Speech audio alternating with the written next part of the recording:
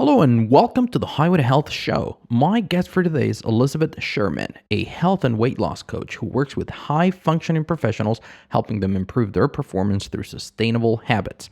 As you will listen in this episode, I'm very jealous of Elizabeth, since, well, she lives very close to my hometown of Cancun. And not that I dislike being in Spain, but if you haven't been to the beautiful Mexican Caribbean, you're missing out.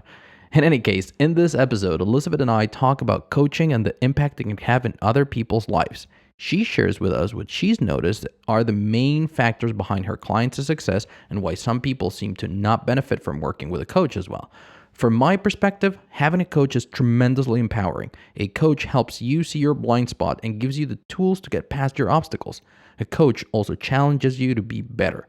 There's a reason why every top-level athlete and really every top-level performer has a coach. Now, before we go into today's episode, I want to remind you that we are still taking applications for our group coaching program. I currently don't have any more openings for one-on-one work, but you can join the waitlist for that as well. To learn more and to apply, just head on over to dre.show/coach. But I don't want to keep you any longer. Here's my conversation with Elizabeth Sherman. And remember, you are on the highway to health, and I'm your guide to get you there. Are you ready to live ageless? Want to discover alternative health choices, cutting-edge nutrition, and fitness for the entire family? Welcome to Highway to Health Show with your host, Dr. E, the Stem Cell Guy, where Dr. E helps you live ageless. And now, here's your host, Dr. E.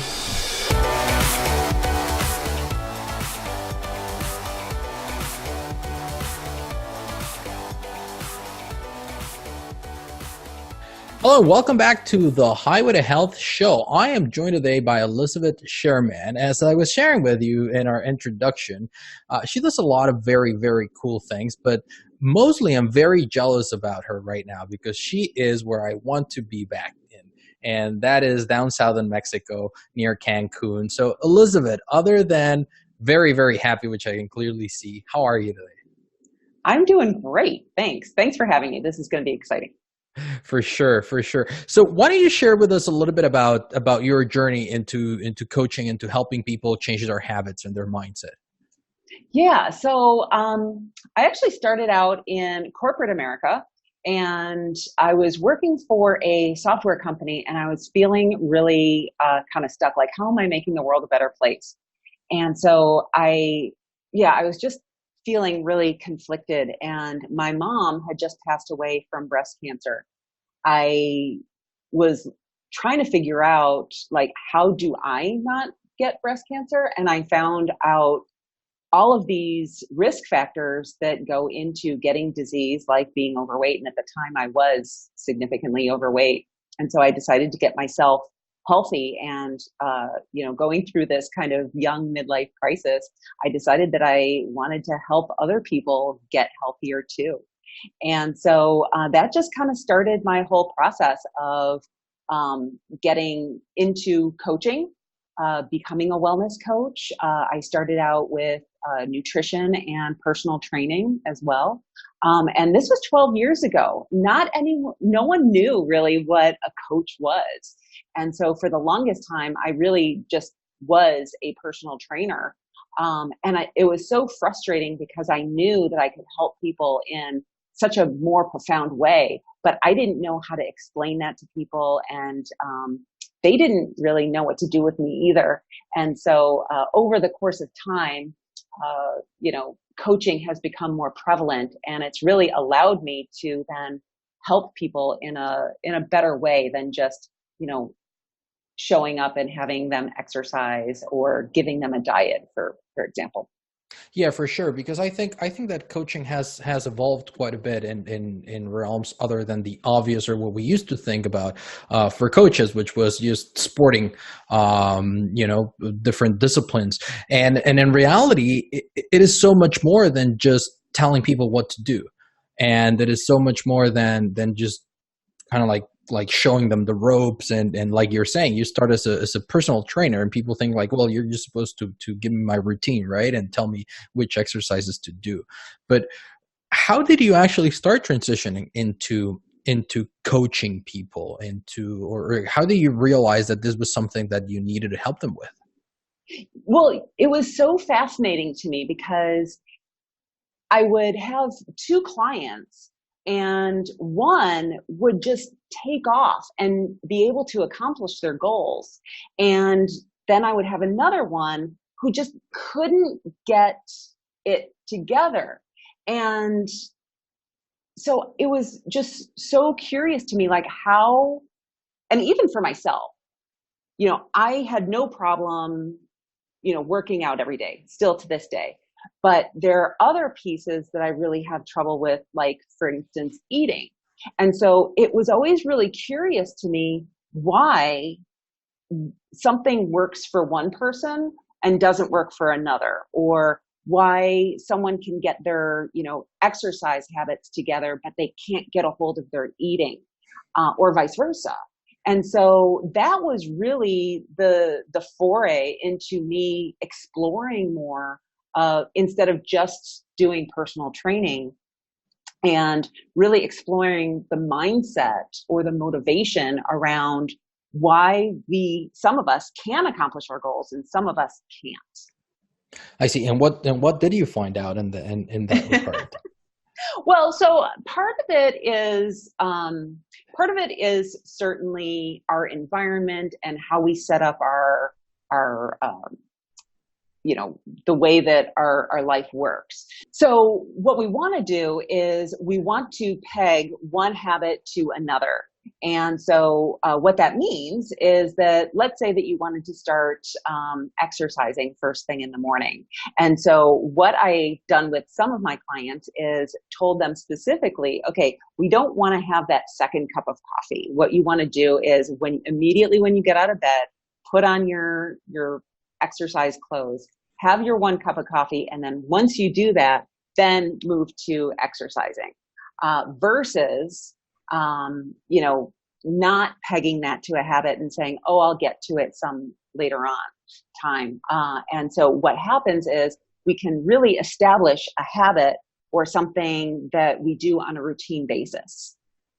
For sure. And one of the things that we've noticed, and with my years in medicine in general and health, is that a lot of the times it's not so much about us doing things so that we can be healthy. It's about finding out what we need to stop doing, because most of the time it is a matter of stop doing certain things, like eating what we shouldn't be eating, or eating after hours, or all these different bad habits that we have. So I think it is just as important to be able to add new habits as it is to be able to break old bad habits. So how can you help someone break those old bad habits?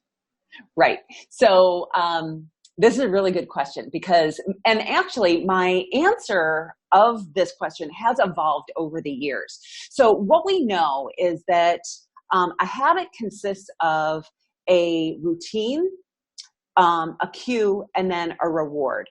And so what that means is that we have a certain set of behaviors or thoughts that happen before we actually do our quote unquote bad habit. And I say quote unquote because that's going to be different for everyone. How we determine whether a habit is good or bad is whether it's interfering with parts of our lives or not. So if you don't want the habit anymore, then we're going to call it a bad habit. So once we have this pattern of either behaviors or thoughts, then we do whatever it is that we want to stop doing, and then we get the reward from it. And it's also important to understand that, even though we have a bad habit now that we want to get rid of, it's somehow serving us in some way. And so it's really important for us to understand how we are enjoying that habit. So for example, you mentioned, after eating after dinner, that's a habit that a lot of people have. And it's something that, even I crave sweets after dinner too.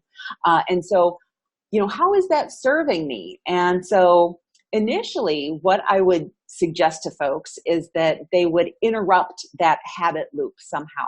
So for example, if after dinner I clean up the dishes and then I sit on the couch and then 10 minutes later I'm like, ooh, I want some ice cream, then we need to interrupt that pattern somehow. So you could either sit in a different chair, you could go for a walk, you could start, doing something different, maybe not watching television, but instead reading instead.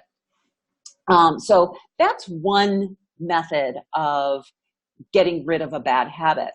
But what's really interesting is that all has to do with what we call neural pathways. So in our brain, we have the circuitry that connects the dots for what's going to happen next.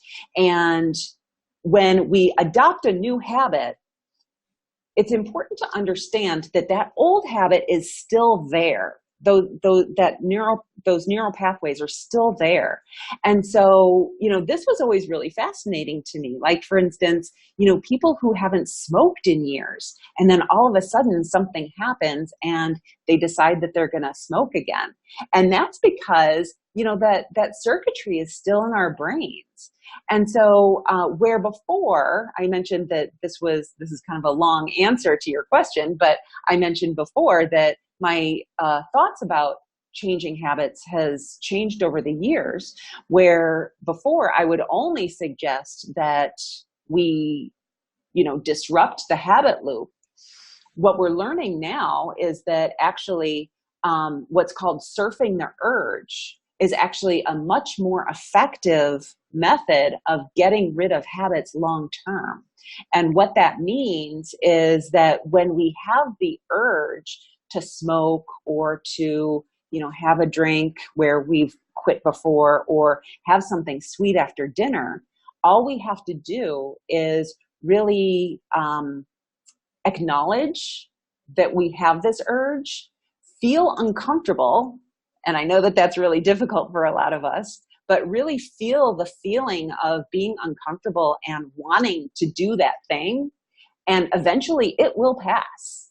And after X number, like 100 times that we feel that urge and let it fly by, we'll pretty much be over it. Yeah, I think so. Here's the thing, or the way I look at neural pathways, and you're absolutely right. So we have these different pathways, and the way I always explain it to my patients and to my students is that it's kind of like that big path that we see on a forest. And if people are constantly walking in the same path, they're going to create a little path, right? So that the next couple of people who come in, they're obviously going to walk that path because it's easier to travel. And our neurons do exactly the same thing. They start carving out different kinds of reactions. So when we have a trigger, we react this way. Trigger, we react. And it's exactly what you just mentioned, right? So if you know that after dinner, you go and you sit in your special chair and immediately you feel the urge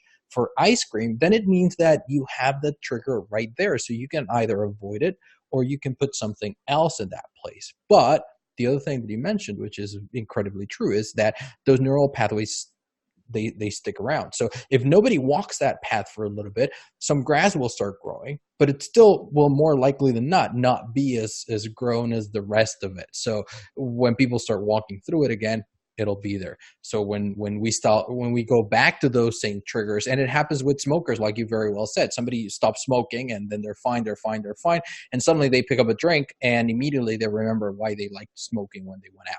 So now they need to smoke again. So it is quite important. Now, what I hadn't heard though was about surfing what do you call it? Surfing the what? Surfing the urge. Surfing the urge. And I that sounds hard. It is hard. And risky. Well, the hardest part about it is actually being mindful about it and being intentional about it.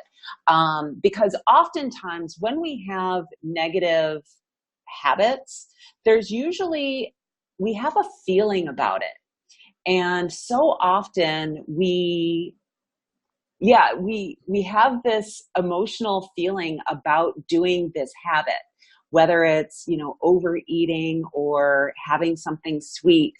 And sometimes the emotional feeling is really just desire. So I want that chocolate. I deserve that chocolate because I was, good and I showed up to work and I was an adult. And so really it's really uncovering that discomfort and really feeling the emotions that come up when we deny ourselves something. Okay. Well, then that does make sense. But then again, I'm thinking of somebody who's trying to resist an urge and telling them that they need to serve it. Right. You do need to have that awareness, and I think that's Yeah. a big problem nowadays. We are not aware a lot of the times about what we're doing and how we're acting and how we're reacting, and we can have these lofty goals and we can have these ideas and these ideals of saying, you know what, I want to lose weight, I want to be skinny, I want to be fit, I want to do all those things. But in reality, when the challenge comes, because getting fit, for instance, is not about going out for a 10-mile run. It's about being active every single day, one little bit every single day. It's not about saying, okay, every Saturday I'm going to go for 5 miles. No, it's about every single day you're going to make a lot of little choices, and those little choices are going to add up. So in reality, the thing that I think happens the most is that we're not aware and we're just living on autopilot, and suddenly it just happens like, oh, screw it, I just did it again, right? But like you said, I think the biggest challenge is raising that awareness, right? Yes. And what you said is absolutely exactly true. That so often, so many of us live our life out of default, out of choosing the easier path versus choosing what we consciously want to do.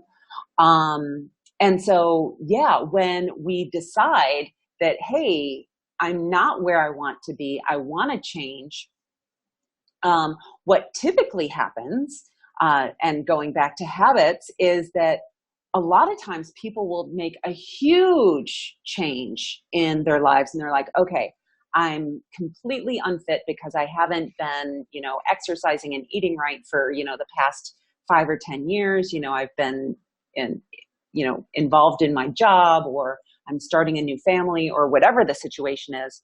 And so they think that the way to get to where they want to go is by making these huge shifts. And that's just too uncomfortable for the brain, to make that leap. And so what we really want to do is we want to make small incremental changes and allow our brains and our bodies to adjust. Especially as we get older, and people are like, oh, I used to run when I was a kid, I'm going to go out and run now. And it's like, well, maybe we should slow down a little bit and run for a little bit.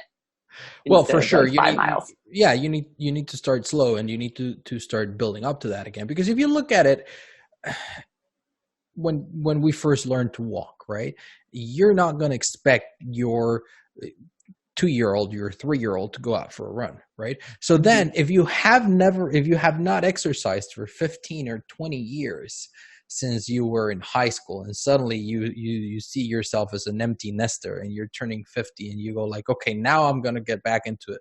Well, you got to start slow. You're not going to just say, well, I left off running 5 miles or 10 miles or 15 miles or however long it is. You have to build that strength again. You have to build that stamina again.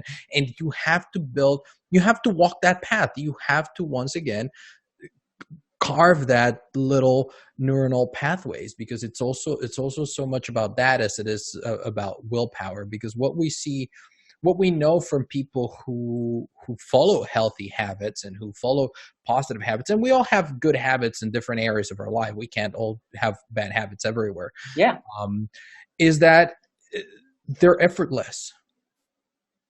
So people who make good health choices, they don't suffer throughout the day because they have to eat a salad. They simply, that's what they do. That's what healthy people do. People who work out every day, it's not a challenge for them. They do it on automatic. People who are disciplined at work and come in and have their schedule and are productive, they don't suffer through it. Right. Well, So I and think it's about, what I love what you're saying is it goes back to what I was saying at the beginning of our interview, is that, I was so curious about why is it that habits stick for some people and they don't for others. And so there's this idea that so illustrate, if you will, I'd like to illustrate for you. There was a pyramid, and the pyramid had 5 different layers on it. At the very top of the pyramid, we have our environment. And oftentimes when people want to make a change, they change their physical environment. So for example, I want to start eating healthier. I'm going to go into my kitchen. I'm going to clear out all of the bad food, and I'm going to stock my kitchen with healthy foods. Okay. So that's just one example. But what tends to happen is when we get stressed out, our brains go back to those old neural pathway circuitry. And so what we want to do is we actually want to move down that pyramid a little bit. So below environment, we have habits, okay? And so, again, habits are things that we can do on a regular basis. But if we're still not convinced that what we're doing is out of alignment with who we are as people, we're going to feel like we're frauds, okay? We're going to feel like we're not actually doing this, like we're playing in a play, for example. Okay. Now, let me come back to that in just a second. The third layer down from habits is actually skills. So an example of that might be learning how to properly, cook, or learning how to, exercise properly and not get hurt. And then below that is beliefs. And the bottom layer is actually our identity. And so just like what you were saying, is people who see themselves as healthy people don't have any problem with keeping their environment in check. They don't have any problem with keeping their skills, fresh. They don't have any problem with, doing their habits, because they have the belief and the identity that they are a healthy person. And so it's really, when we talk about behavior change, we really need to get down to that bottom layer of who do I think I am as a person? And when I believe that I am actually a healthy person, then I'm going to automatically adopt the beliefs. So what does a healthy person do? They don't overeat. They don't blow off their workouts, or they don't stop their workouts halfway through. And all of these things, they get, 8 hours of sleep a night. So what are all of the beliefs and then skills, habits, and environment that support that belief structure, that identity? Exactly. And but I think that the hard part there is a lot of times when we don't have that identity, we cannot just expect to adopt that identity, because then that's what you were saying. People feel like they're a fraud. So that's where the challenge really comes. Yeah. If you don't have that identity for X or Y reason, because you were raised differently, because you adopted it differently, because you went to a school where they taught you something else, it doesn't really matter. The truth of the matter is, if now you want to adopt a different identity because it's going to serve you better, first the efforts have to come into, okay, let me change my environment, because that's the one thing that I can change. And once you change your environment, you're going to start, changing the rest of it, and you're going to get the skills to become healthy. And then you're going to start believing it until you finally become that healthy person. And once you're that healthy person, it doesn't matter, because now you can be surrounded by unhealthy choices. It's simply not something you do. And identity is kind of like what, and this is something that I learned from Seth Godin, and he talks about it in terms of marketing, obviously. But he says, a tribe or an identity is like, they simply identify because people like us do things like this. So it's as simple as that. Healthy people do healthy things. And once you adopt that identity, then you're no longer being challenged. It's like when people say like, oh my God, I don't know how you could have grown up there surrounded by all those great bakeries and not eat them. It's like, well, that's not what we did. It's as simple as that, you know. Or now that we are back here in Spain and there's bread everywhere, and I haven't eaten bread in a while, it's fine. I don't feel tempted. But my wife, she was raised here, and for her, it is a challenge, because she's like, oh my God, I walked past the bakery and I remember all those things and the smells and you know, all these things. So yeah, I think it is a matter of recognizing that there are different steps, different layers, and in order for it to become effortless, you do need to put in the work. And for some people, they might already have done it. And that's why it's so bad to compare ourselves to somebody else. Like, well, how can so-and-so do it? And she doesn't even feel tempted. Well, because she has that belief. Either she did the work, or maybe it was never a challenge for her, or whatever it is. But you cannot compare yourself, because if you need to do the work, you need to do the work. And it's as simple as that, I think. Well, and I love what you're saying right there, because so often we think that all we need to do is get the right diet or get the right workout, and we're suddenly going to achieve our goals. But really what it comes down to is all of that mindset work that needs to go into adopting those healthy habits. And so one thing that I do with my clients now is I kind of challenge them in terms of asking, well, how does a person who is healthy, what are the beliefs that they have about themselves? You know, what types of beliefs or things do you need to believe about yourself in order to become that person that you want to be in the future?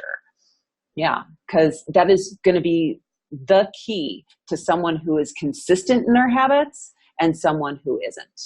For sure. Exactly. And it is like, you know, when you ask them, like, well, if you saw something, if you arrive at a restaurant and you sit down and you see that somebody left a tip there for the waiter, would you take it? And everyone's going to say like, no, of course not. Like, but nobody's watching. Yeah, but I'm not a thief. Okay, perfect. That means that you don't have that identity. That's right. Why it's effortless for you. It requires zero willpower for you to not take that $5 bill or $20 bill if you live in California. But the thing is, it's all about us adopting and having and recognizing that it is all about identities. And it is a struggle for us to not take the pastry that somebody offers us, to not take the muffin when we go to Starbucks, to not take the samples that they're giving out at Costco or whatever it is, right? So I think it is very, very important to recognize these things. Now, you mentioned a little bit, and you just briefly touched upon it. Is this something, is this kind of like the same structure that you work with your clients in? Yeah, it is. So what I do, every client journey is a little bit different. And so I work with my clients in the areas of sleep, stress management, eating, and movement. And so what we do is at the beginning of working with clients, I'll have them create kind of like a vision of what they want their future self to be like. And then through that vision, I will help them create short-term goals. So we'll then have an action plan on getting them to that end result. And that might mean that they need to build skills or habits in one of those different areas. It could mean that they need to think about themselves differently. So yeah, I work with them both on habit formation in terms of, I don't want to say training, but knowledge transfer. So letting them know about, nutrition or about exercising.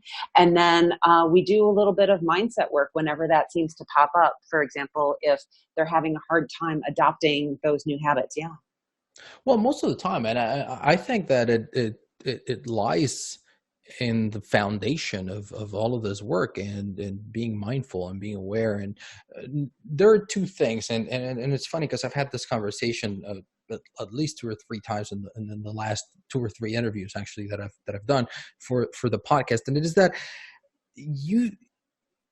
people don't necessarily need to be told that there's a certain habit that they need to change. Most of the time, people will be able to tell you, yeah, I need to change that. So for instance, going back to smoking, a smoker will tell you that they need to stop. Right. If even if they lie to themselves and they say, no, it's because I really enjoy it. You know, I can't believe how somebody could enjoy that. But anyway, they'll say that, right? But if you ask them and you say, okay, if you went back to right before you started to smoke your first cigarette, knowing what you know today, would you take that first, smoke? And invariably they'll say no, right? So they know that they need to change that habit. But the problem is that a lot of the times they don't know how to make the decision to change, because we can change fast in terms of in our head. But it is, what's really the struggle is making the decision and eventually adopting that new identity of, okay, I'm not a smoker. Do you want a cigarette? No, because I'm not a smoker. Simple as that, right? And I think those are the things that take a long time, and it does require a lot of mental work. Yeah. So there's a really good book by two brothers, Chip and Dan Heath, called Switch: How to Change When Change is Difficult. And they liken habit change to a rider riding an elephant through the jungle.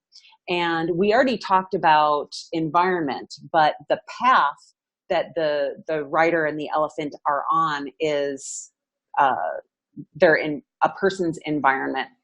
The rider is our rational brain, and the elephant is our emotional brain.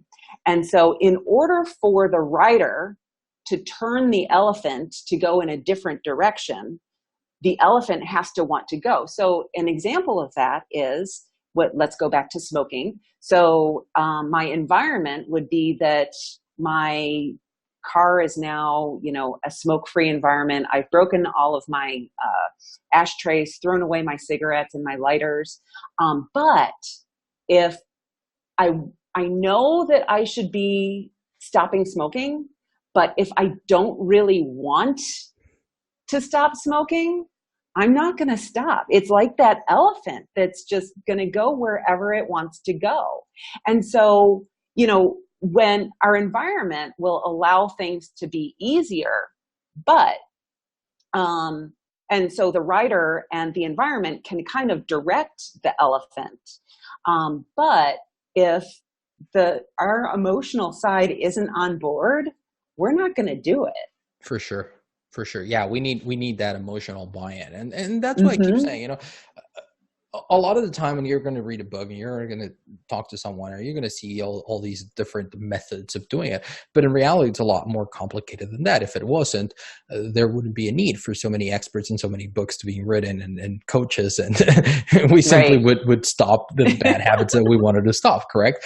So I do think it's very multi-layered, but one of the things that keeps popping up constantly is number one, that awareness, that we need to be aware.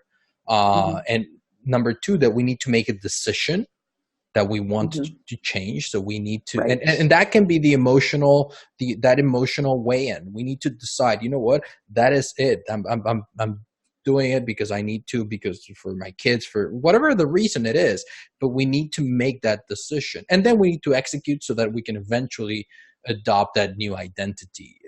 Because, and it happens in everything. It happens when you want to become a better student. It happens when you want to become better at a sport, or more disciplined, or you want to play an instrument, or you want to improve your health.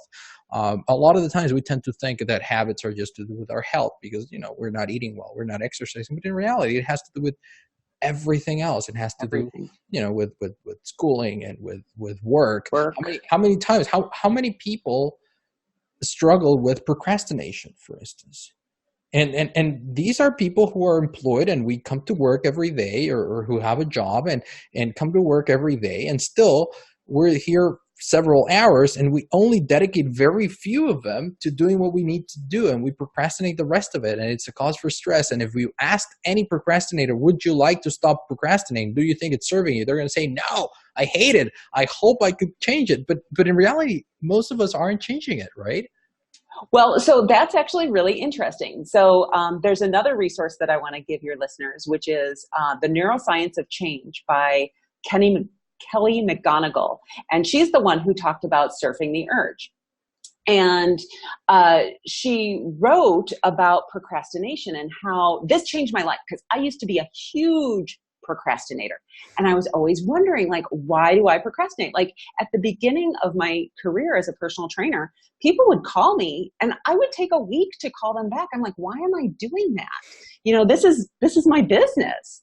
And it wasn't until she said, or she wrote, that when we procrastinate, we are avoiding a negative feeling. And usually it's some sort of anxiety.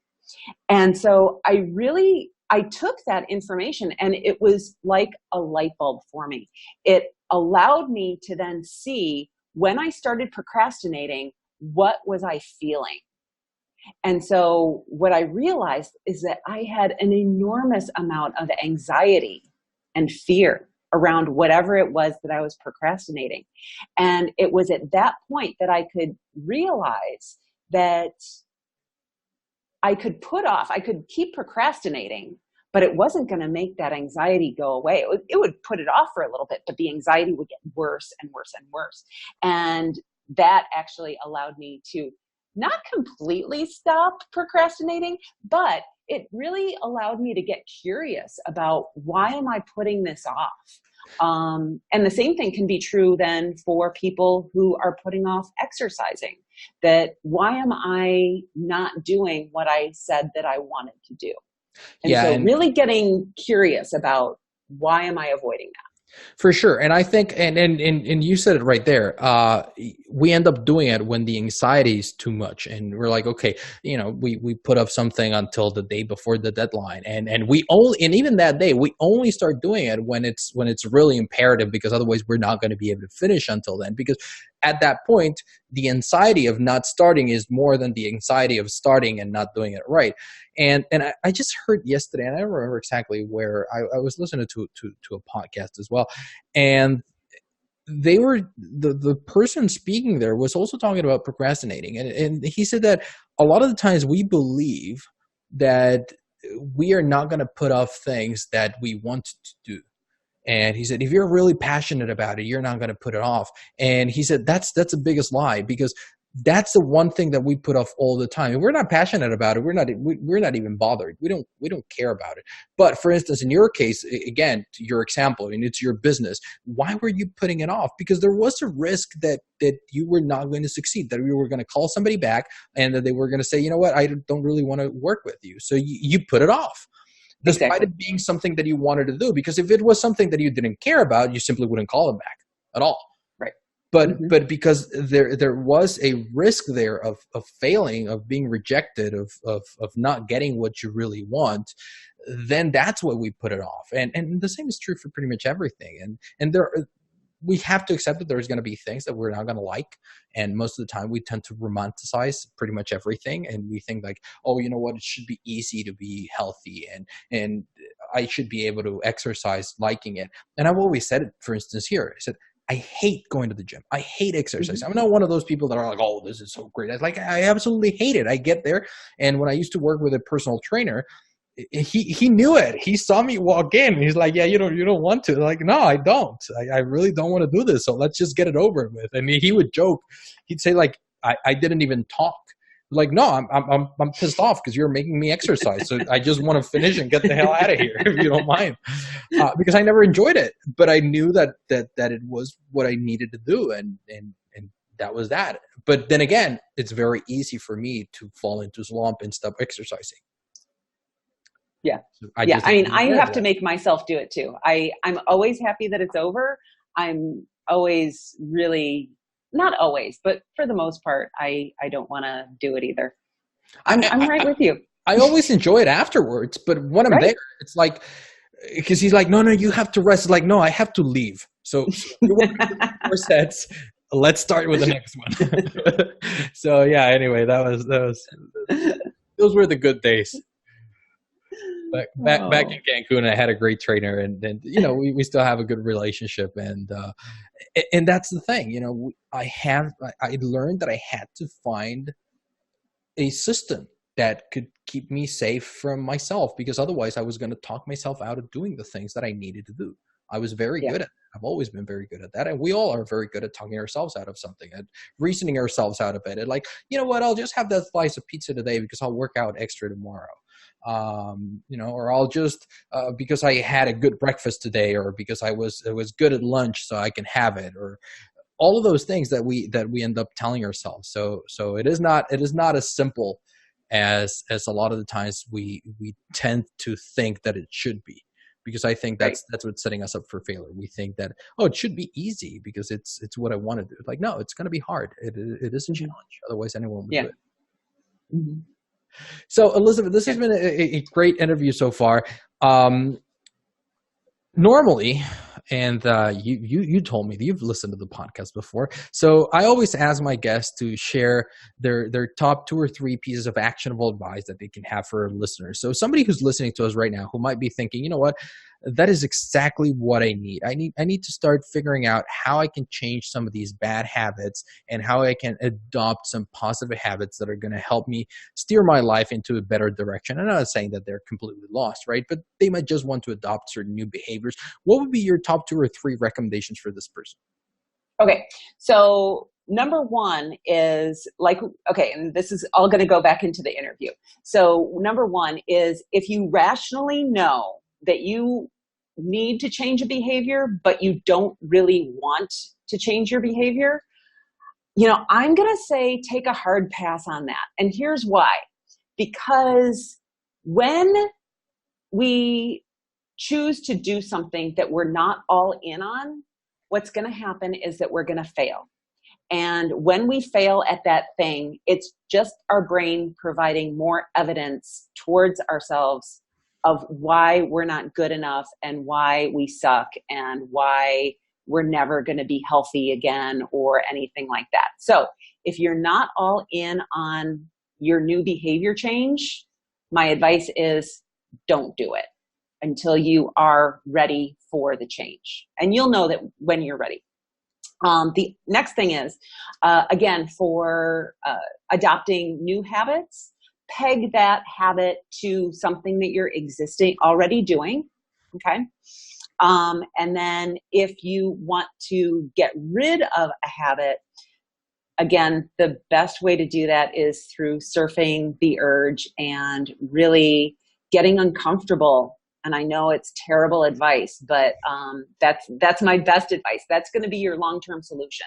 So it's not terrible advice. It's just hard advice. It's difficult good advice, which is difficult to follow. Absolutely. Yeah, that's it.